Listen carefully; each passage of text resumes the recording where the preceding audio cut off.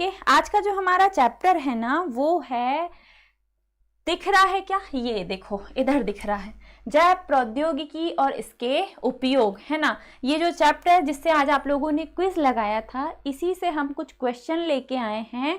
हाँ आ गई मैम, मैं भी, हाँ बेटा आ गई।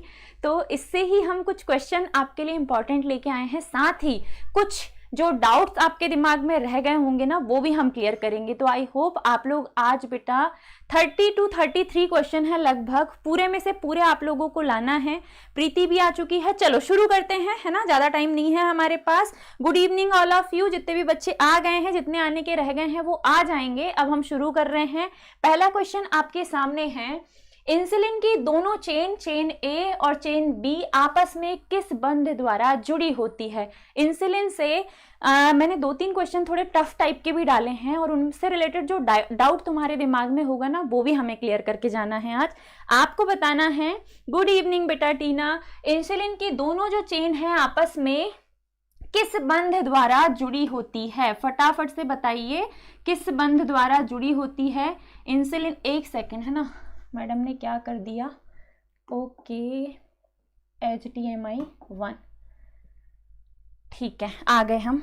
चलिए बताइए जल्दी से, इंसुलिन की दोनों जो चेन हैं वो किस बॉन्ड द्वारा जुड़ी हुई है। फर्स्ट का डी रुचि ने कहा है, फर्स्ट का डी बोल रहे हो आप। एक सेकेंड, ये आ गया पेन। पेप्टाइड बंध या डाइसल्फाइड बंध, क्या है भैया आंसर?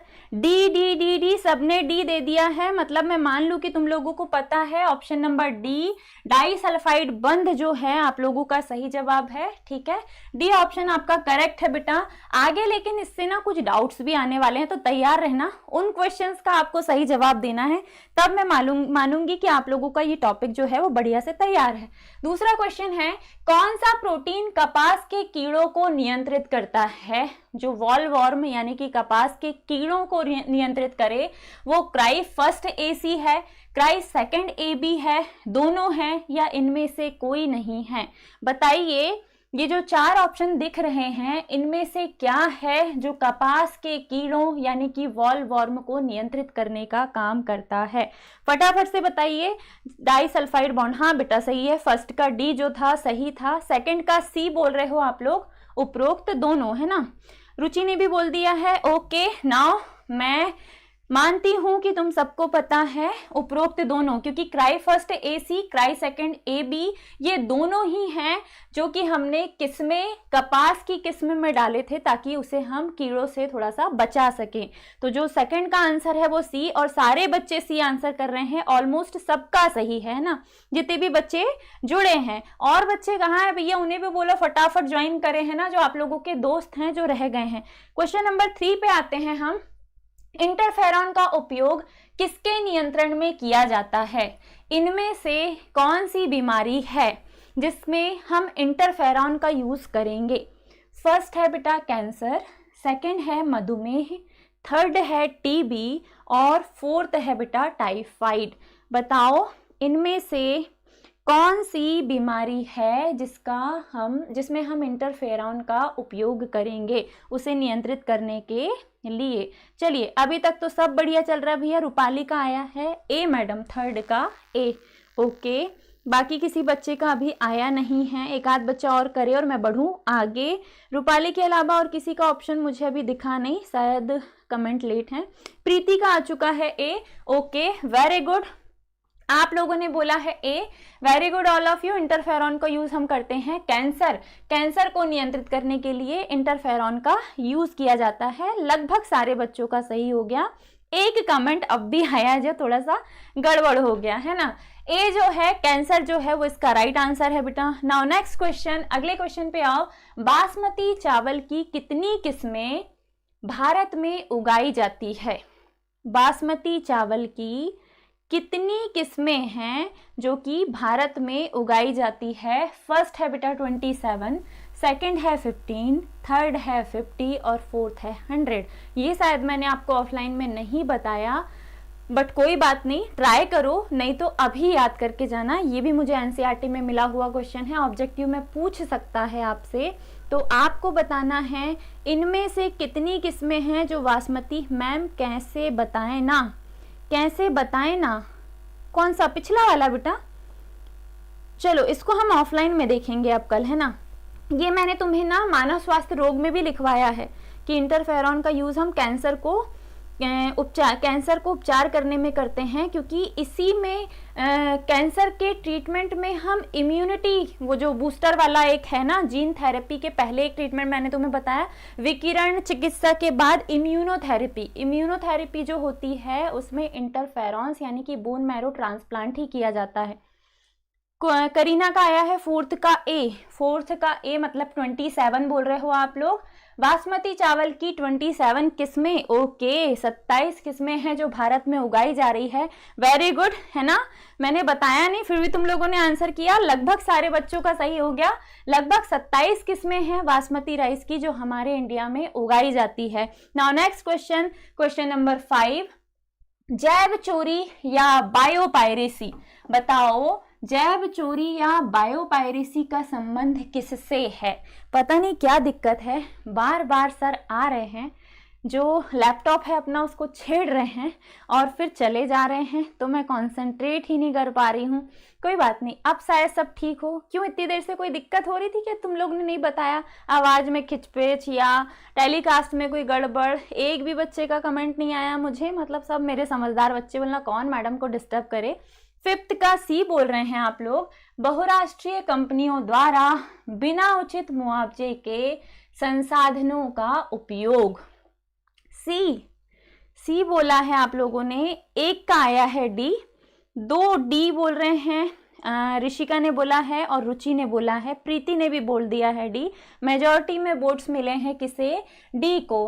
पारंपरिक ज्ञान का बिना अनुमति उपयोग, ये पारंपरिक ज्ञान का कब से हम उपयोग करने लग गए बायोपायरेसी में? दूसरा, जैव संसाधनों का अवैध दोहन, तो बिना परमिशन उसका उपयोग करना ये बोल रहा है। ये थोड़ा बहुत सही है लेकिन पूरी तरीके से सही नहीं है। तीसरा है बहुराष्ट्रीय कंपनियों द्वारा बिना उचित मुआवजे के संसाधनों का उपयोग, तो थर्ड वाला जो है आपका बेटा ये सही हो जाएगा। एक्चुअल में बायोपायरेसी का संबंध किससे है? तो तुम्हारी बुक के अनुसार इससे है, ऑप्शन नंबर सी, है ना। ऑप्शन नंबर सी बेटा इसका सही होगा, क्योंकि पहला वाला जो है ना पारंपरिक ज्ञान का बिना अनुमति दोहन, ये तो इसमें नहीं आने वाला, और ना ही जैव संसाधनों का अवैध दोहन। जो जैव संसाधन हैं वो तो वैसे भी रुचि ने डिलीट कर दिया, मेरे को दिख रहा है ना। सी ऑप्शन इसका करेक्ट है बेटा। कोई बात नहीं, ठीक है, पहला वाला तुम लोगों ने नहीं पढ़ा, शायद इस वजह से गड़बड़ हुआ होगा कि तुमने डी बोल दिया। ठीक है, चलो आगे बढ़ते हैं। अगला क्वेश्चन है क्वेश्चन नंबर 6, और ये बढ़िया क्वेश्चन है भैया। एली लिली एक कंपनी है, इस कंपनी ने क्या बनाया था? बताओ, एली लिली एक कंपनी है, इस कंपनी ने क्या बनाया था? आप लोग कमेंट कीजिए, तब तक मैडम ड्राइंग करेगी, है ना। तब तक मैडम जो है वो ड्राइंग करेगी। एली लिली कंपनी ने क्या बनाया था भैया? पेन का साइज ही मोटा कर लेते हैं ना अपन, इतनी मेहनत क्यों करना।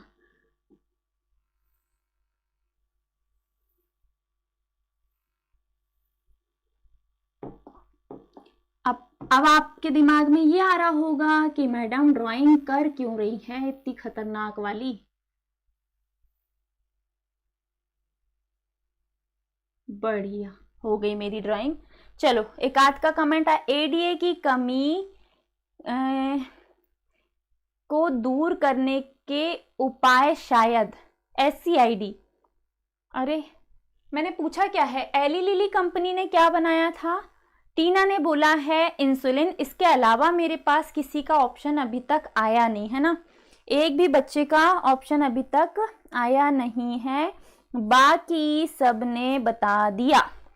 चलो किसने क्या बताया? रुचि ने बताया है एडीए का उपचार और टीना ने बोला है इंसुलिन। रूपाली भी बोल रही है एडीए का उपचार। अब थोड़ा सा ध्यान देना बेटा, यहाँ थोड़ा सा आपको बोर्ड पे कंसंट्रेट करने की जरूरत है। एक कंपनी है एली लिली, इन्होंने बेटा सन कितना था इसका? 1983 है ना, 1983 में इन्होंने बनाया था बेटा इंसुलिन।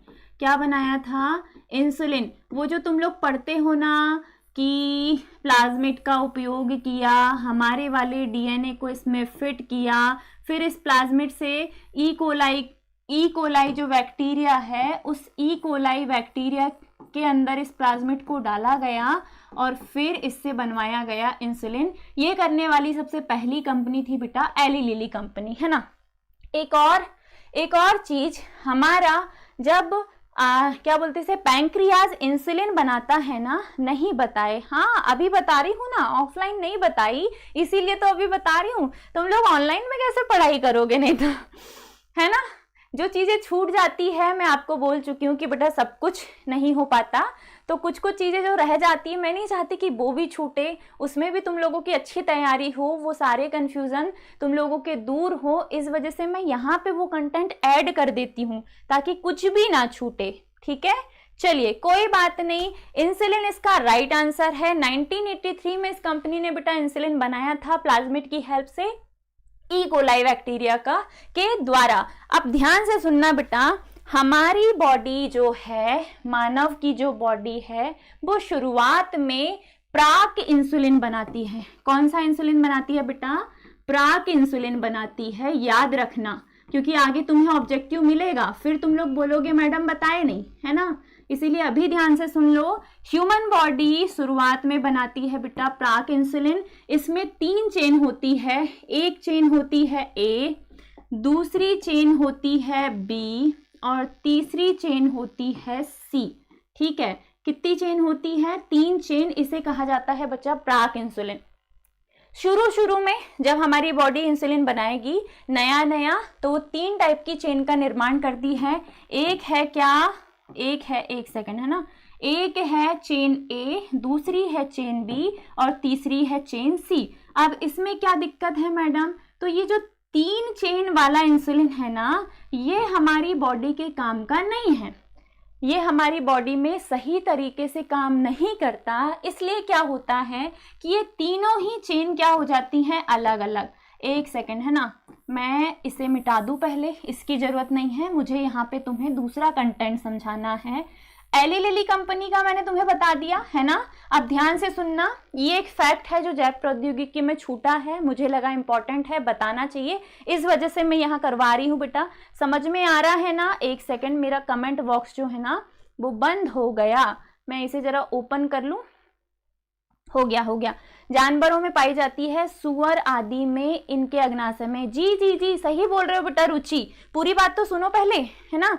आपने जो बोला सुअर आदि में, इनके अग्नाशय में, ये बात सही है, लेकिन हमारी बॉडी भी बनाती है बेटा। लेकिन दिक्कत किस बात की है? दिक्कत ये है कि हमारे शरीर में शुरुआत में ऐसा इंसुलिन बना, बाद में इसकी तीनों चेन एक एक करके अलग हो जाती है, और चेन ए जो है, चेन ए और चेन बी, ये दोनों ही बेटा सल्फाइड बॉन्ड से जुड़ जाती है, डबल बॉन्ड, जिसे हम कहते हैं डाई सल्फाइड बंध, डाई सल्फाइड बंध, ठीक है। ध्यान से सुनिएगा, 3 चेन बनाई हमारे अंदर, इंसुलिन की 3 चेन बनी शुरुआत में, इसे हमने नाम दिया प्राक इंसुलिन। ऐसा ही इंसुलिन सुअर वगैरह के अग्नाशय में भी पाया जाता है। इसीलिए शुरू में जब हमारी बॉडी को इंसुलिन की जरूरत पड़ रही थी, जब शुरू में डायग्नोज किया गया था डायबिटीज बीमारी को और इंसुलिन चाहिए होता था, तो हम सुअर वगैरह से, इनने लिखा है ना सुअर से भी ले लेते थे,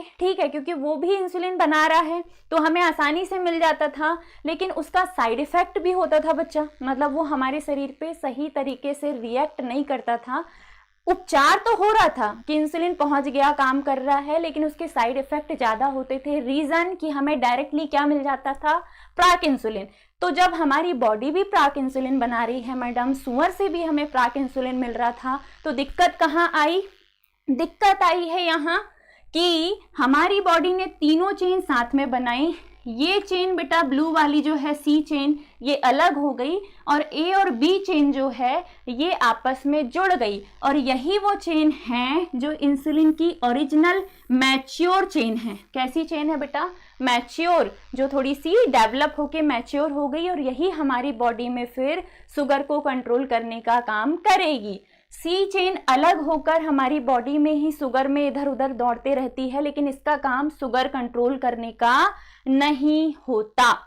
ठीक है, तो इसका काम क्या है? तो जब डॉक्टर डायबिटीज का टेस्ट करते हैं और हमारी बॉडी में इंसुलिन का लेवल चेक करते हैं तो उस हमारी बॉडी ए और बी चेन का मिला हुआ इंसुलिन जो हमारी बॉडी में बन रहा है ना, उसकी मात्रा और सी चेन वाले इंसुलिन की मात्रा एक जैसी होती है। तो सी चेन जो है इसका पता लगा लिया जाता है और आसानी से डायग्नोस कर लेते हैं कि व्यक्ति को डायबिटीज हुआ है या नहीं। चूंकि हमारी बॉडी में शुगर को कंट्रोल करने के लिए ये वाला जो इंसुलिन है ये काम नहीं करता, उसमें केवल ए और बी चेन होती है जो कि डाइसल्फाइड बंध से बनी होती है और इसकी प्रकृति होती है कैसी बेटा? प्रोटीन की। इसकी प्रकृति कैसी होती है? प्रोटीन की। इसीलिए ऐसा वाला इंसुलिन हमें चाहिए और ऐसा वाला इंसुलिन ए और बी चेन को जोड़कर बनाया था एली लिली कंपनी ने सन 1983 में। ठीक है, इसने क्या बनाया इस कंपनी ने बेटा? इंसुलिन जो कि मानव इंसुलिन के जैसा ही है, बढ़िया इसमें ए और बी चेन है जो कि ई कोलाई बैक्टीरिया के प्लाज्मिड से तैयार की जा रही है। तो पूछ ले इस कंपनी ने क्या बनाया है? तो इंसुलिन बनाया है। बनाया कैसे है? तो इतने दिन से हम संवर्धन तकनीक क्या बोलते से डीएनए रेप्लिकेशन, डीएनए पुनर्योगज तकनीक में पढ़ ही रहे हैं। ई कोलाई बैक्टीरिया, उसका प्लाज्मिड, हमारा वाला जीन मिला के हमने बनवा दिया, ये सब आप लोगों ने पढ़ा है। प्राक इंसुलिन भी हमारे शरीर में बनता है, याद रखिएगा, लेकिन ये हमारे शुगर को कंट्रोल नहीं करता। क्या आप लोगों को समझ में आ गया? ओके कर दो तो मैडम बढ़ जाए आगे, है ना। इसका स्क्रीनशॉट ले सकते हो आप लोग, क्योंकि मेरे को मिटाना पड़ेगा। स्क्रीनशॉट ले लीजिए और से लिख लीजिएगा। ठीक है, ये फैक्ट जो है वो लिख लीजिएगा। एली लिली कंपनी ने क्या बनाया है बेटा? एक सेकंड, क्या बनाया है? इंसुलिन बनाया है। और इंसुलिन बनाया कब है? 1983 में बनाया है। कैसे बनाया है तो वो आप लोग पढ़ चुके हैं। ओके कर दो, समझ में आ गया है ना। चलिए बढ़िया। नाउ अगले क्वेश्चन पे आते हैं हम। अगला क्वेश्चन क्या है? पहले मैडम इसका आंसर दे दो सामने से, है ना। ये देखो, इंसुलिन, मानव इंसुलिन बनाया है भैया एली लिली कंपनी ने। कैसे बनाया है वो आप लोगों को पता है। Now next question, recombinant DNA तकनीक द्वारा विकसित पहला टीका कौन सा था? अब ये मत बोलना कि मैडम ये भी नहीं करवाया। ओके ओके ओके, जितने भी बच्चे जुड़े हैं बहुत कम हैं, पता नहीं बाकी बच्चे कहाँ हैं, थक गए। और आज से तो हम लोग तीनों लेक्चर लगा रहे हैं, है ना। अभी आप लोगों को बायोलॉजी पढ़नी है, फिर आप लोगों को केमिस्ट्री पढ़नी है और फिर 8 बजे से हमें पढ़नी है बेटा फिजिक्स। बीच में आपको लंच ब्रेक मिलेगा, है ना। सॉरी, डिनर ब्रेक मिलेगा। डिनर करना है भैया, लंच नहीं करना मैडम, शाम हो गई है। चलो बताओ, रिकॉम्बिनेंट डीएनए तकनीक द्वारा विकसित पहला टीका हेपेटाइटिस बी है, चेचक है, पोलियो या टेटनस? टाइम जा रहा है बेटा, जल्दी जल्दी बताओ हमें। एनी हाउ 6:30 के पहले क्लास खत्म करनी है। गुड इवनिंग बेटा भूमि। चलिए जल्दी से आंसर दीजिए, इसका क्या होगा? इस वाले का आंसर दो बेटा। क्या है? एक भी बच्चे का आंसर नहीं आया है अभी तक। 7 क्वेश्चन पे आए हैं हम अभी। अब मैं इतना ज्यादा वेट नहीं करूंगी। इसका राइट आंसर है बेटा 7 का ए, हेपेटाइटिस बी। हेपेटाइटिस बी याद रखिएगा, ये पहला टीका है जो रिकॉम्बिनेंट तकनीक द्वारा बनाया गया। नेक्स्ट क्वेश्चन है, अल्फा 1 एंटीट्रिप्सिन जो है इसका उपयोग किस बीमारी के उपचार के लिए किया जाता है? 7 के सारे बच्चों का सही है। फटाफट अगले वाले क्वेश्चन का आंसर दो। अगला क्वेश्चन आपके सामने है, अल्फा 1 जो है एंटीट्रिप्सिन, ये किस बीमारी के लिए उपयोग किया जाता है उपचार के लिए, है ना। बात स्फीति है, अस्थमा है, कैंसर है या मधुमेह है? विच one is your answer for question number 8? जल्दी से बताइए। चलिए मैं वेट कर रही हूं बेटा। 7 का ए पिछले वाले का आंसर आ रहा तुम्हारा, इस वाले का आंसर अभी तक नहीं आया। जल्दी से बताओ इसका आंसर क्या होगा? 8वें का रुचि ने बोला है बी। वेरी गुड बेटा रुचि, 8वें का बी। बात स्फीति या एम्फीसीमा सही जवाब है। ये एक ऐसी बीमारी है जिसमें हमें श्वसन रिलेटेड डिसऑर्डर होता है और हमारी जो एल्वियोली है ना वो थोड़ी सी फूल जाती है, जो हमारा सीना है वो फूलने लग जाएगा, फेफड़े फूलने लग जाएंगे, सांस लेने में तकलीफ होगी, सीने में जकड़न होगी। ये सारे एम्फीसीमा बीमारी के लक्षण हैं, एम्फीसीमा बीमारी के लक्षण हैं।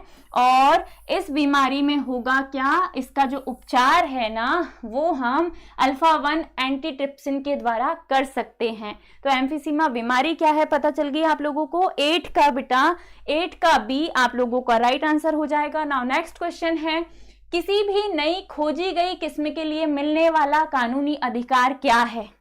क्या ये बायोपायरेसी है, क्या ये बायो पेटेंट है, क्या ये बायो इथिक्स है, या बायो प्रोस्पेक्टिंग है? क्या है बायो प्रोस्पेक्टिंग? 9 नंबर क्वेश्चन आपके सामने है, फटाक से इसका आंसर दो। पिछले वाले का एम्फीसीमा करेक्ट आंसर था। एम्फीसीमा मैंने बताया भी आप लोगों को कि कैसी बीमारी है। जो मैडम को अभी हो रही थी वो एम्फीसीमा तो नहीं थी ना, है ना? चलो नहीं थी भैया, एम्फीसीमा बीमारी बड़ी खतरनाक होती है। कौन लाएगा ट्रिप्सिन, अल्फा-1 एंटीट्रिप्सिन? चलिए 9 का बी बी बी बी बोल रहे हो तुम लोग, very good. Bio patent right चाहिए हम लोगों को, कानूनी अधिकार चाहिए, है ना। नाउ नेक्स्ट क्वेश्चन, अगला क्वेश्चन आपके सामने है, ट्रांसजेनिक जंतुओं का उपयोग किसके लिए किया जाता है? अब ध्यान से पढ़ना एक एक ऑप्शन। जो पारजीनी जंतु है, ट्रांसजेनिक जंतु है, उनका उपयोग हम टीकों की सुरक्षा जांच के लिए करते हैं, दवाओं के विषाक्त प्रभाव के अध्ययन के लिए करते हैं, जैविक उत्पादों की प्राप्ति के लिए करते हैं, या उपरोक्त सभी, ऑल ऑफ द अबव। पिछले वाले का बायो पेटेंट लगभग सारे बच्चों का सही है बेटा, है ना, सारे ही बच्चों ने सही जवाब दिया है। इस वाले का आंसर दीजिए। मैं उम्मीद करती हूँ जितने बच्चे जुड़े हैं सभी ने वीडियो को लाइक कर दिया होगा, और जो नए बच्चे ऑनलाइन जुड़ रहे हैं वो चैनल को सब्सक्राइब कर सकते हैं।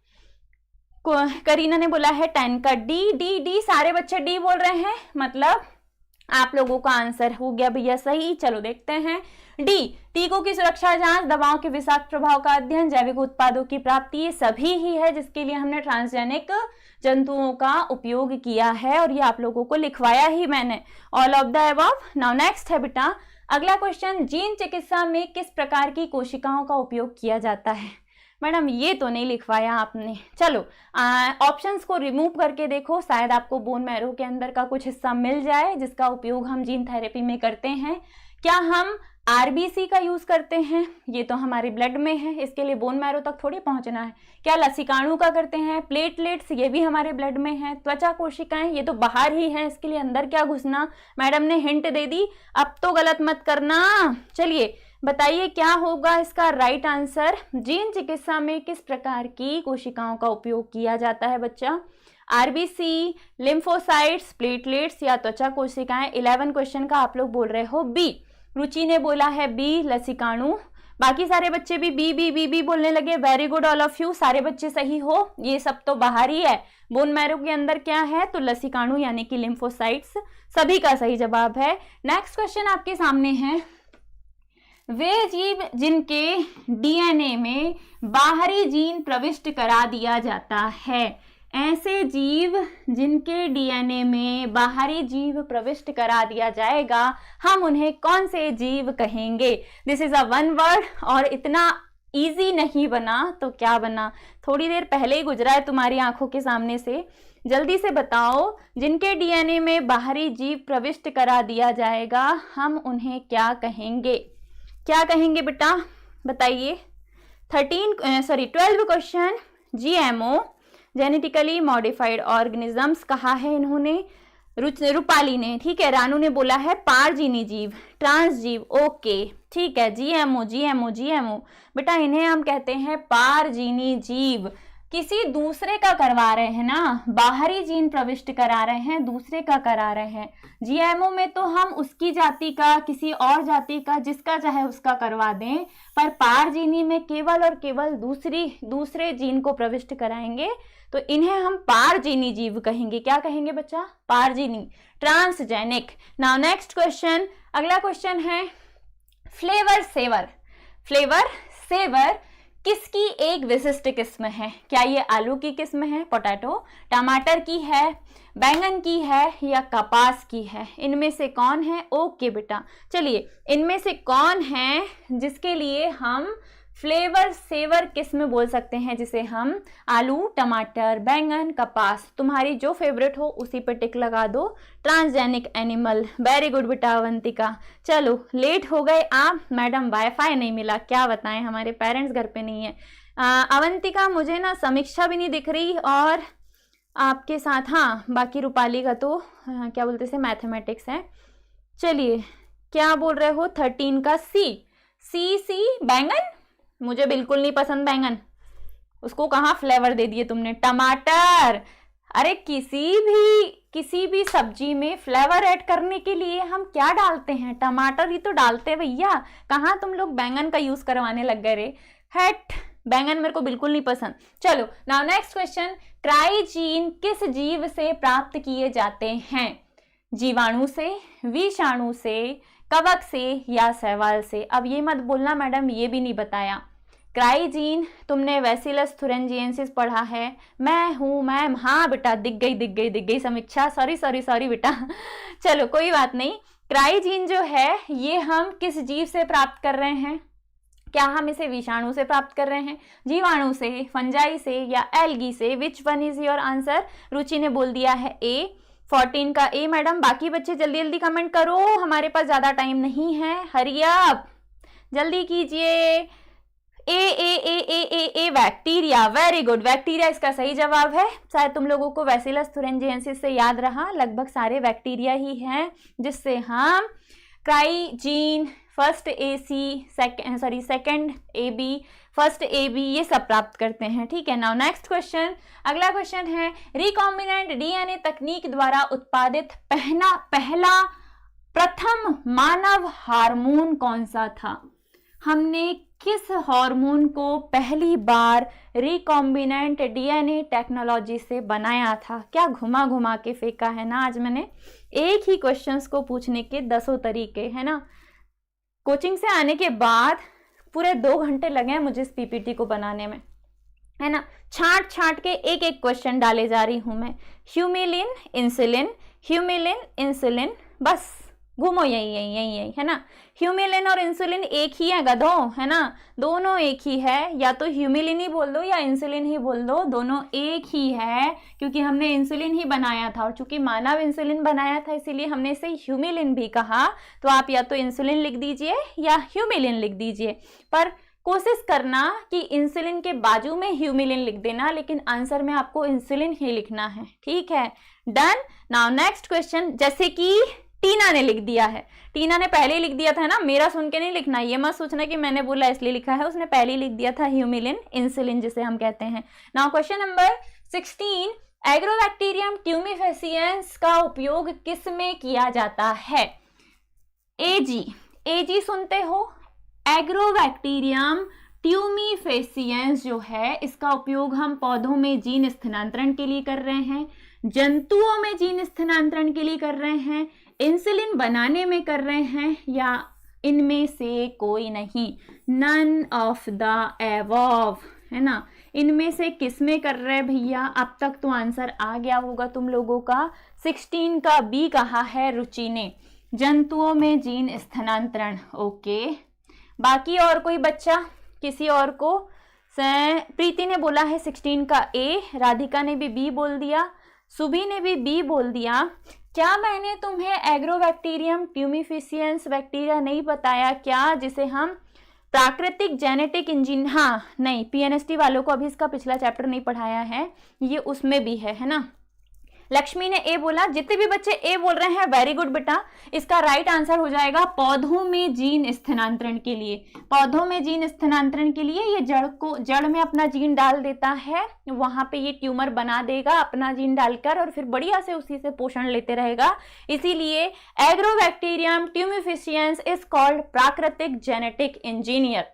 इसे प्राकृतिक इंजीनियर का काम क्या है? कुछ ना कुछ फेरबदल करना। ये मियाँ क्या करते हैं, जो पौधे हैं उसकी जड़ में अपना जीन छोड़ देंगे, बढ़िया से उसके अंदर जीन को रेप्लिकेट करवाएंगे, उसकी गठान वहां बन जाएगी और उससे बढ़िया से पोषण लेते रहेंगे। तो ये उसमें फेरबदल कर दे रहे हैं पौधे के जीन में। कौन? ये किसमें बेटा?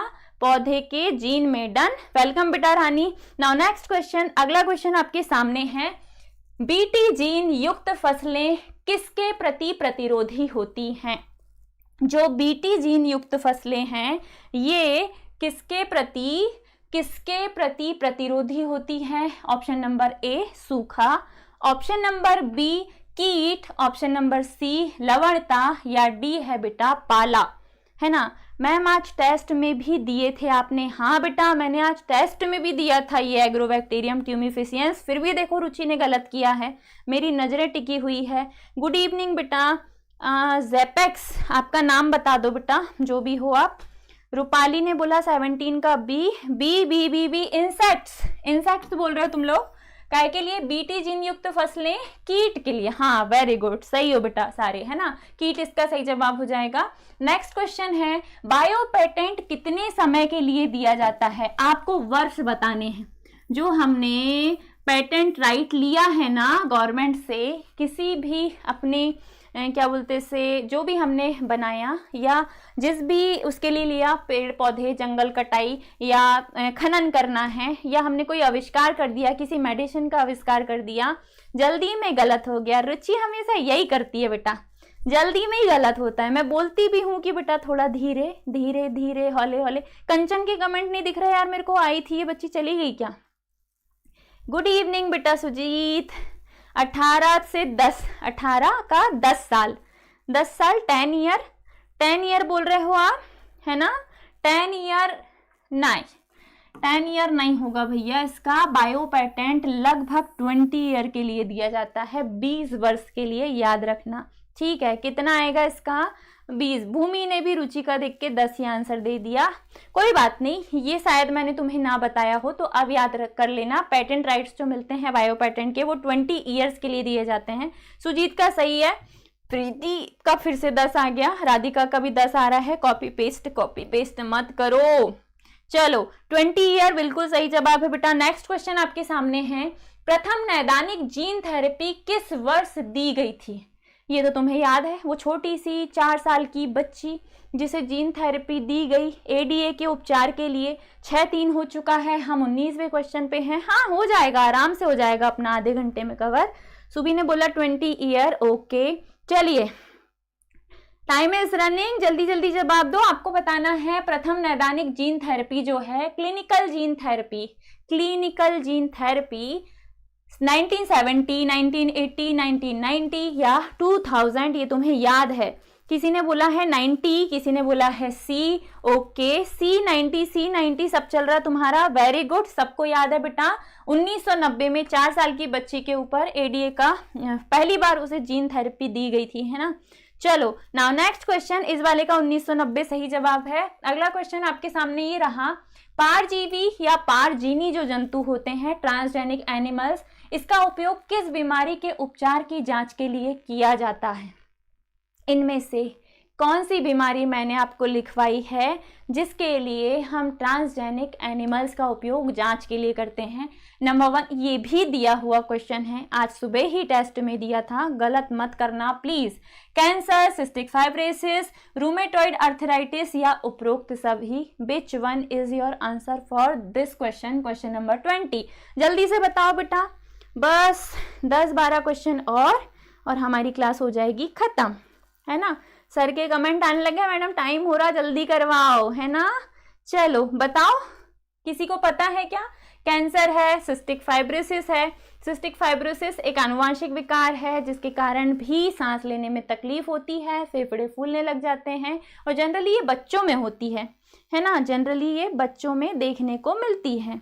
चलिए बताइए, 20 का बी सिस्टिक फाइब्रोसिस लिखा है तुम लोगों ने, इसका राइट आंसर है बेटा सभी पारजीनी एनिमल्स, क्योंकि कैंसर के बहुत सारे प्रकार हैं, कुछ कैंसर आनुवांशिक भी होते हैं। एक पीढ़ी से दूसरी पीढ़ी में जाते हैं। रूमेटॉइड आर्थराइटिस भी एक चीज है, एक ऐसी बीमारी है जो कि एक पीढ़ी से दूसरी पीढ़ी में जाती है। तो इसका जो राइट आंसर होगा वो ऑल होगा, उपरोक्त सभी होगा। ठीक है, उपरोक्त सभी इसका सही जवाब है बच्चा। नाउ नेक्स्ट क्वेश्चन, अगला क्वेश्चन आपके सामने है। अगला क्वेश्चन है चिकित्सा में जैव प्रौद्योगिकी का उपयोग करके बनाए गए ह्यूमिलिन का विपणन सबसे पहले किसने किया था? एक सेकेंड, है ना।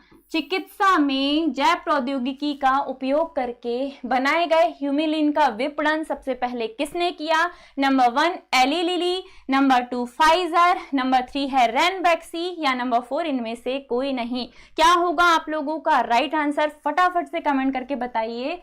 जैव प्रौद्योगिकी का उपयोग करके बनाए गए ह्यूमिलिन का उपयोग सबसे पहले किसने किया? इनका उपयोग टीकों के परिरक्षण में भी किया जाता है। हाँ बेटा, ये क्वेश्चन आ चुका है पहले, है ना। इस वाले का राइट आंसर क्या है? 21 का ए बोल रहे हो तुम लोग, एली लिली। 21वें का क्या बोला है? ए बोला है, सुन लिए थे, है ना, थोड़ी देर पहले भजन बहुत इसके ऊपर से। एली लिली ने क्या बोलते से सबसे पहले किया है ह्यूमिलिन, क्योंकि इंसुलिन इन्हीं ने बनाया है ना। अभी मिला था ये क्वेश्चन हमें थोड़ी देर पहले। नाउ नेक्स्ट क्वेश्चन, अगला क्वेश्चन है GEAC, ये मैंने लिखवाया है तुम्हें, है ना। अप्रूवल और अप्रेजल एक ही होता है, याद रखना। अप्रूवल और अप्रेजल एक ही है। आपसे बोला गया है GEAC का पूर्ण रूप क्या है? Genetic engineering approval committee, genetic engineering action committee, ठीक है, action committee, genetic environmental approval committee, या none of the above. GEAC ये एक ऐसी संस्था है जिससे हम पहले अप्रूवल लेंगे। कुछ भी नया अगर हम बायोटेक्नोलॉजी का उपयोग करके उत्पाद बना रहे हैं तो 22वें का तुम लोग बोल रहे हो A, genetic engineering approval committee. Approval की जगह अगर अप्रेजल दिख जाए ना तो वो भी सही करके आ जाना बच्चों, है ना। दोनों ही इसके फुल फॉर्म है। वेरी गुड, जिन्होंने ए या जिन्होंने लिख के भी आंसर दिया है तो सही है बेटा, आप लोग सब सही हो। ठीक है, सारे बच्चों का सही हो गया। कुल मिला के फुल आउट ऑफ फुल मिल गए तुम्हें इस क्वेश्चन में। आवाज वगैरह सब सही है ना। चलो नाउ नेक्स्ट क्वेश्चन, अगला क्वेश्चन है आपके सामने। नहीं, ये तो इसका आंसर हो गया भैया। नेक्स्ट क्वेश्चन है, क्राई सेकंड ए बी और क्राई फर्स्ट ए बी किसे नियंत्रित करते हैं? किस में डाला था हमने इसे? कपास में। किस लिए डाला था? कॉर्नवोरर को क्या बोलते हैं कंट्रोल करने के लिए, कपास के मुकुल कृमि को कंट्रोल करने के लिए, यानी कि कॉटन वॉल्वम्स के लिए, निमेटोड या मक्खी। क्या होगा इसका राइट आंसर?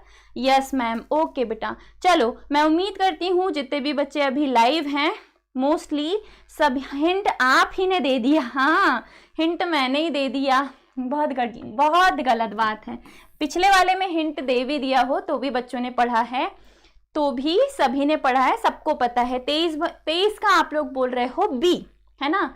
23 का आप लोगों ने कहा है बी मतलब कपास के मुकुल कृमि यानी कि कॉटन वॉल्वम को कंट्रोल करने के लिए हमने क्राई सेकंड ए बी और cry first A C gene जो है ये कपास में भेजा है ना। तब जाके वो कॉटन वॉल्वम को कंट्रोल करेगा। ये मैंने आप लोगों को पढ़ाया है बेटा, इसमें ज़्यादा मेहनत करने की हमें ज़रूरत नहीं है। नाउ अगला क्वेश्चन, अगला क्या है? तो अगला है आनुवांशिक रूप से रूपांतरित फसलों का मुख्य उद्देश्य। वो जो तुम लोग जीएमओ बोल रहे थे ना, जेनेटिक मॉडिफाई। रुचि दी कहाँ चले गए?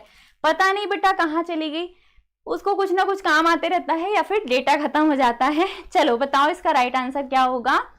आनुवांशिक रूप से रूपांतरित फसलों का मुख्य उद्देश्य सूखा और ठंड के प्रति सहनशीलता बढ़ाना, रासायनिक कीटनाशकों पर निर्भरता कम करना, भोजन के पोषण मान में वृद्धि करना, या ऑल ऑफ द एबव। चलो कोई बात नहीं, बताइए इसका राइट आंसर क्या होगा? 24 का डी बोला है आप लोगों ने, डी है मैडम। और कोई बच्चा?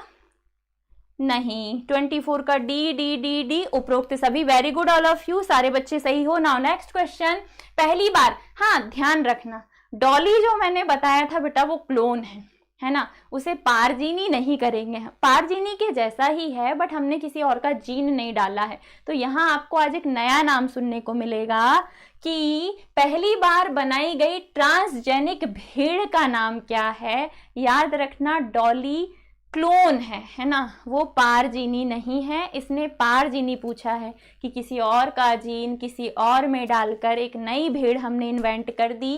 क्या वो डॉली है, रोजी है, पोली है, मॉली है? कितने अच्छे नाम हैं, राइम बन रहा है यहाँ। डॉली, पोली, रोजी, मॉली क्या है भैया बता दो। चलो जल्दी से बताओ, इनमें से कौन सी भेड़ है जो कि पारजीनी भेड़ है? Don't answer Dolly. डॉली एक क्लोन है, अपनी माँ के जैसी हूबहू कॉपी पेस्ट हमने सिंगल सेल निकाल के बनाए थे, उसे क्लोन है ना। बाकी नहीं पता मैडम, हमें नहीं पता बोल दो रे, नहीं आता तो नहीं बोल दिया करो। चलो कोई बात नहीं, मैं बता देती हूँ। इसका राइट आंसर है बेटा पोली। याद रखना, पॉली पहली ट्रांसजेनिक भेड़ थी और जो तुम्हारे सिलेबस में दी हुई है डॉली वो क्लोन थी बेटा, याद रखना। Okay, now next question. सब चुप हो गए है ना। अगला क्वेश्चन है, एग्रोबैक्टीरियम ट्यूमिफिशियंस किस भाग को प्राकृतिक जेनेटिक इंजीनियर। अभी मैंने तुम्हें बताया था कि ये प्लांट में अपना जीन दे देता है।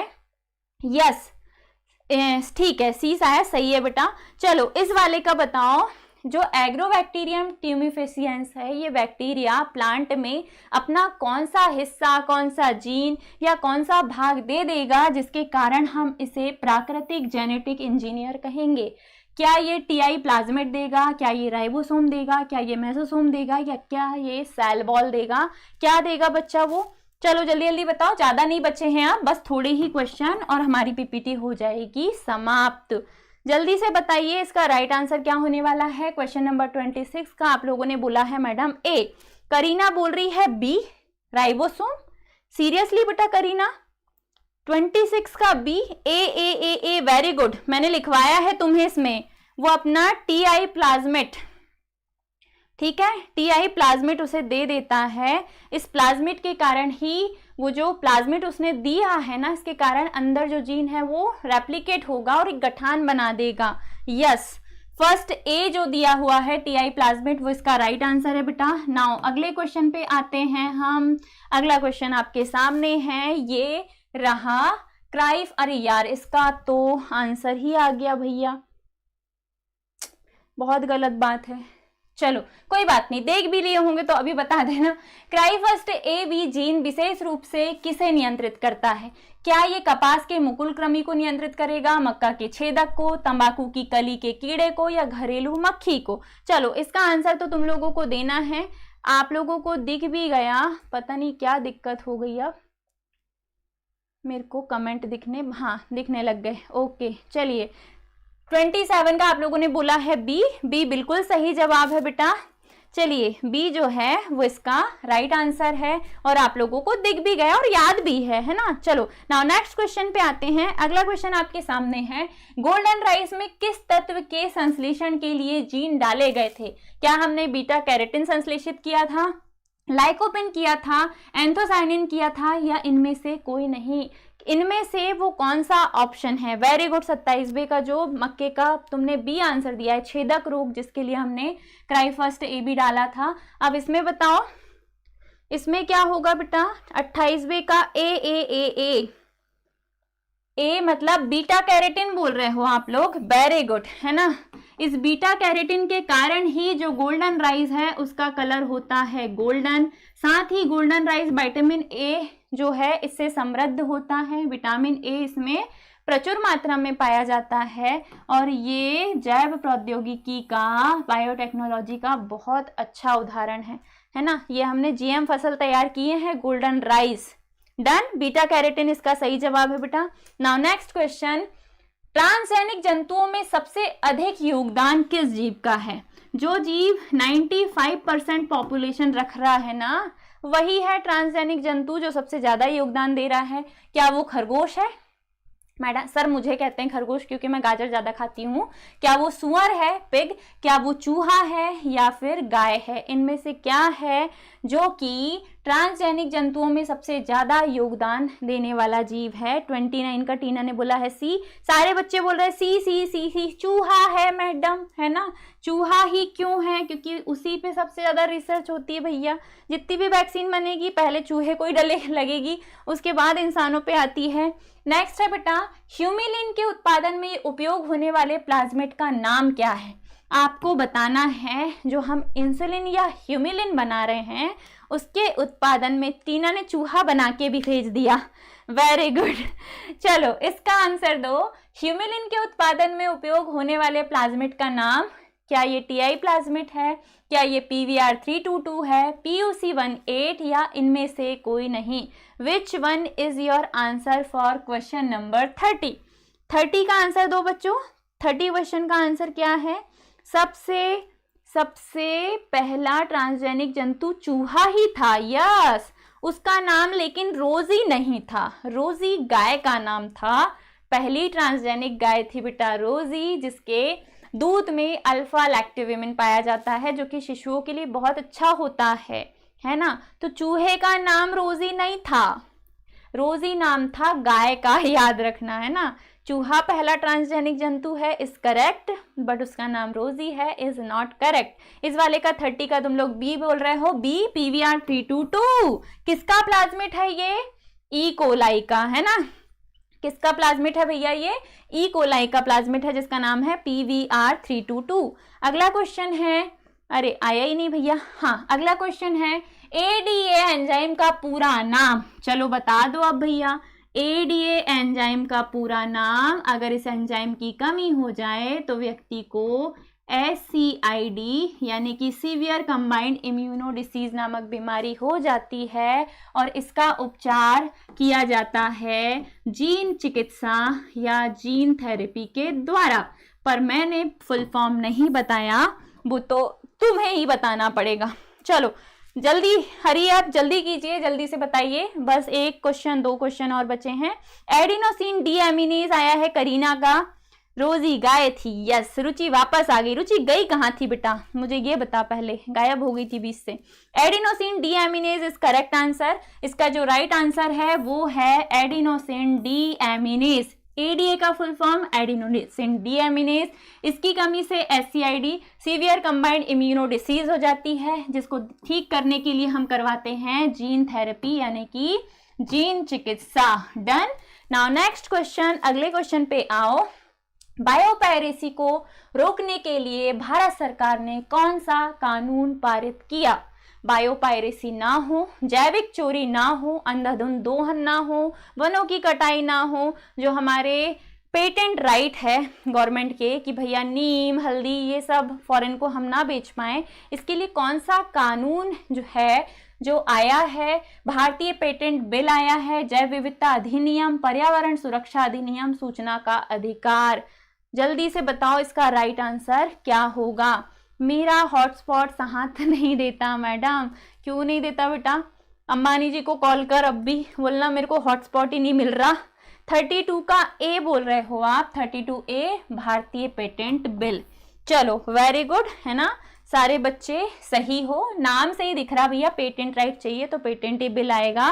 Please subscribe if you like the content. आप लाइक भी कर सकते हैं and also share the video. अगर आप लोगों को अच्छा लग रहा है तो आप अपने दोस्तों को शेयर कर सकते हैं। ऐसा सर भी बोल रहे हैं और मैडम भी बोल रही है।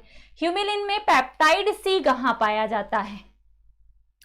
अब भी थोड़ी देर पहले इसकी कहानी मैंने तुम्हें बताई है और बहुत अच्छे से बताई है। अगर इसको गलत किया तो बाय गॉड सच में कल मैं ऑफलाइन क्लास में तुमसे पंखे साफ करवाऊंगी, एक एक के कमेंट देखूंगी मैं। ह्यूमिलिन जो है इसमें पेप्टाइड C कहाँ पाया जाता है? A, B, C तीनों बताए थे अभी मैंने, है ना। C केवल परिपक्व इंसुलिन में, केवल प्राक या प्रो इंसुलिन में, दोनों में, किसी में भी नहीं। किस में बेटा पेप्टाइड C पाया जाता है? ओके 33C, 33 का C, राधिका ने बोला था C, मैंने देख लिया। 33 का B, करीना ने बोला है, प्रीति ने बोला है B, सुभी ने भी बोला है B और राधिका ने भी बोल दिया B। वेरी गुड, है ना। थोड़ी देर पहले ही मैंने इतने अच्छे से समझाई थी तुमको, ए बी सी बेटा तुरंत में बनेगा, फिर ए और बी चेन जुड़ जाएगी डाइसल्फाइड बंध से, सी चेन अलग हो जाएगी, वो सी चेन अलग हो गई, इसी वजह से हमारा जो इंसुलिन है वो बन गया परिपक्व इंसुलिन। परिपक्व इंसुलिन में ए और बी चेन होती है, सी चेन जो होती है वो तुरंत वाले इंसुलिन में होती है बट वो बाद में अलग हो जाती है, सुअर वाले इंसुलिन में होती है, इसलिए सुअर का हमें दिए तो हमारी बॉडी में सही से काम नहीं किया। वेरी गुड, सबने सही जवाब दिया है ना, नहीं तो डर गए क्या तुम लोग, पंखे साफ कौन करेगा, रोज एक ही बात बोलती हो मैडम, करवाती तो हो नहीं बोलना, मैं भी तो कमेंट कर रही हूँ। हाँ बेटा रूपाली दिख रहे हैं मुझे रे, बहुत सारे बच्चे कमेंट कर रहे हैं, पर मैं सारे बच्चों के नाम नहीं लेती, केवल जो फर्स्ट में दिख जाते हैं ना मुझे, मैं केवल उन्हीं के नाम लेके और आगे बढ़ जाती हूँ। चलो नाउ नेक्स्ट क्वेश्चन, पहली बार किस जंतु में जीन थेरेपी के माध्यम से वांछित सुधार किया गया था?